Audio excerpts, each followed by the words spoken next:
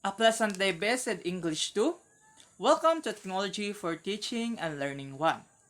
Before anything else, allow me to introduce myself first. I am Ayan Iskabusada Guplo, taking up Bachelor of Secondary Education, major in Filipino. And I am your student teacher in this subject, Eduk 4 Technology for Teaching and Learning 1. Before we proceed to our new lesson, you are tasked to find the 10 missing words in this crossword puzzle and try to guess. The missing words can be in a line form, slant, down, or even a reverse form. Put your answers on the comment section on Google Classroom to get a 10 points.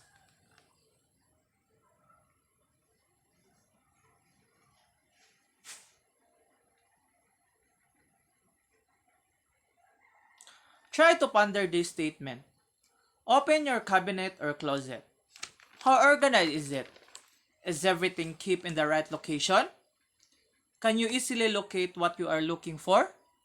A cluttered cabinet reflects a disorganized owner. Learning is likened to it. If ideas are organized in a good location, learning is surely easier and meaningful. Our lesson for today's session is about creating ePortfolio as technology tool. But before that, let us determine first our learning objectives.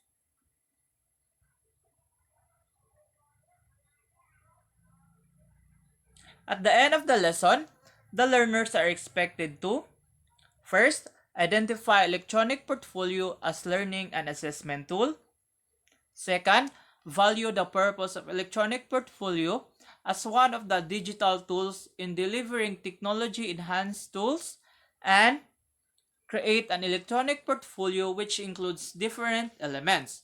So all of these learning objectives will be achieved if you know Ayan. So I stands for internalizing the lesson, A for always aiming for best in doing the activity, and N for never giving up in any trials.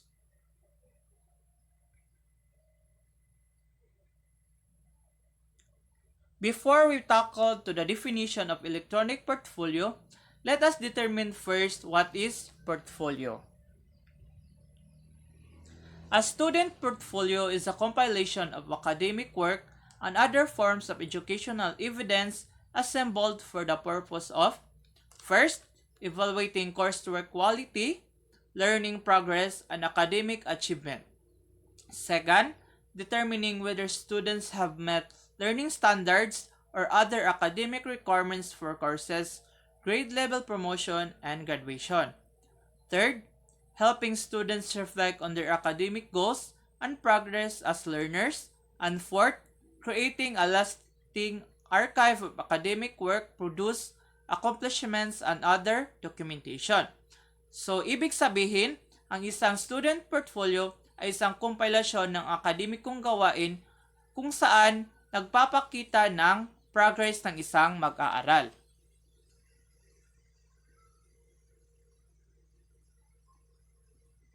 So what is electronic portfolio or ePortfolio? An electronic portfolio, or sometimes called digital portfolio, is a collection of electronic evidence assembled and managed by a user, usually on the web. So ang isang electronic portfolio na kadalasan ay tinatawag na digital portfolio ay isang koleksyon ng mga elektronikong ebidensya kung saan ipinapaskil sa isang website or web.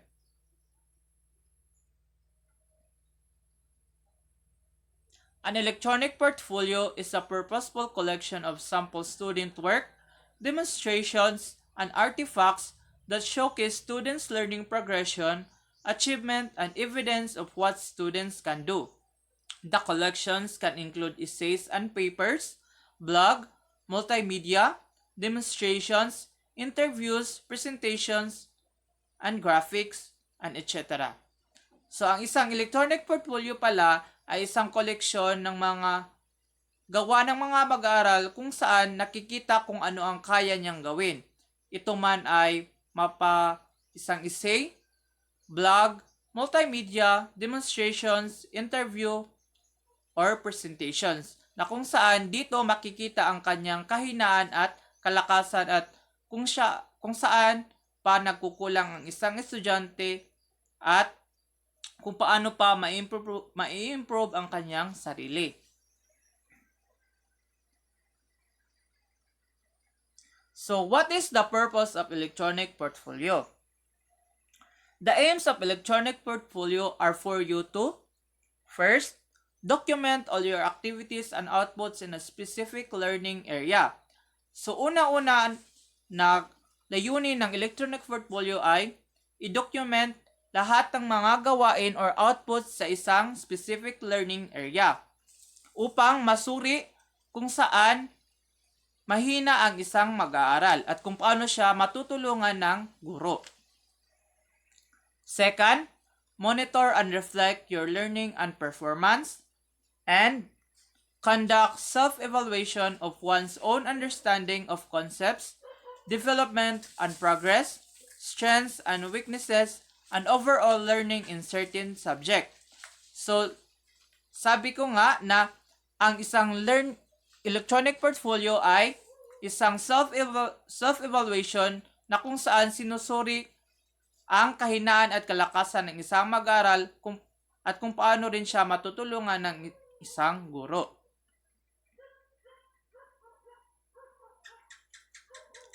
Portfolio as learning and assessment tool. First, student learning. ePortfolio has been used to facilitate, document, and archive student learning. It is a learning tool for students to clarify their educational goals, integrate and solidify learning through reflection, and showcase achievement to potential employers.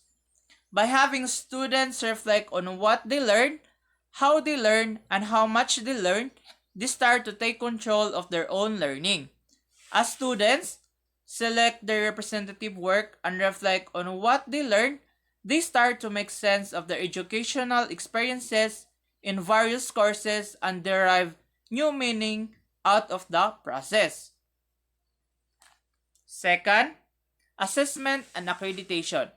ePortfolio can also function as a tool for faculty to monitor and evaluate the effectiveness. So, ang isang ePortfolio ay nagsisilbi ring tool kung saan minomonitor ng mga guro at ini-evaluate kung epektibo ba ang kanilang pagtuturo sa kanilang mga mag-aaral. To collectively examine student achievement for program improvement, portfolio can be a useful way to organize and assess what students gain out of the program. It enables teachers not only observe what students know and can do, but learn how students learn through their self-reflections. So, ang ePortfolio ay nagpapakita kung saan ang mga mag-aaral kung ano ang kaya nilang gawin. Sa pamamagitan din nito, madaling matutukay ng guro kung paano niya matutulungan ang isang mag-aaral sa pamamagitan na rin ng self-reflection ng mga mag-aaral.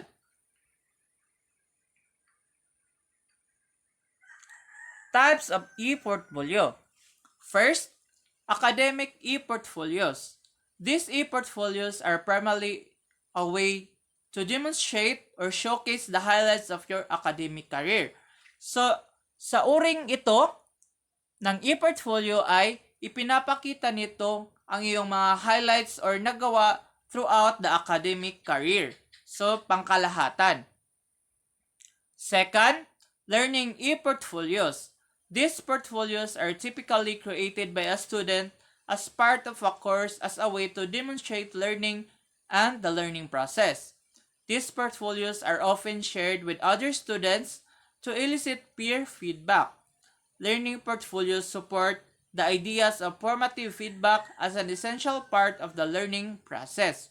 So sa learning ePortfolio, karaniwang ginagawa ito ng mga mag-aaral bilang bahagi ng kanilang course or subject as a way to demonstrate learning and the learning process. Sa uring ePortfolio na ito, ay karaniwang ibinabahagi sa mga mag-aaral sa kanilang kapwa at sa pamamagitan ng feedbacking.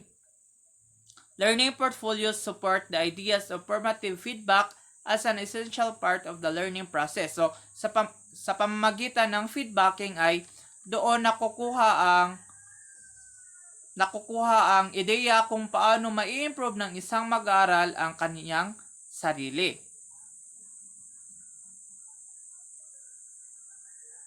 And the third one is assessment ePortfolios. ePortfolios can be created for summative assessments by colleges, departments, and instructors. The quality of evidence students compile in their portfolios is reviewed and frequently graded to demonstrate learning competencies. So, the procedure on how to create an ePortfolio and example will be posted on our Google Classroom as well as your activity. So, please be guided. So, upang matutunan ninyo kung paano ang tamang paggawa ng isang ePortfolio, ay ipapasil ko sa ating Google Classroom ang mga steps or mga paraan kung paano gumawa ng isang ePortfolio at ipapaskil ko rin ang halimbawa or example nito sa ating Google Classroom.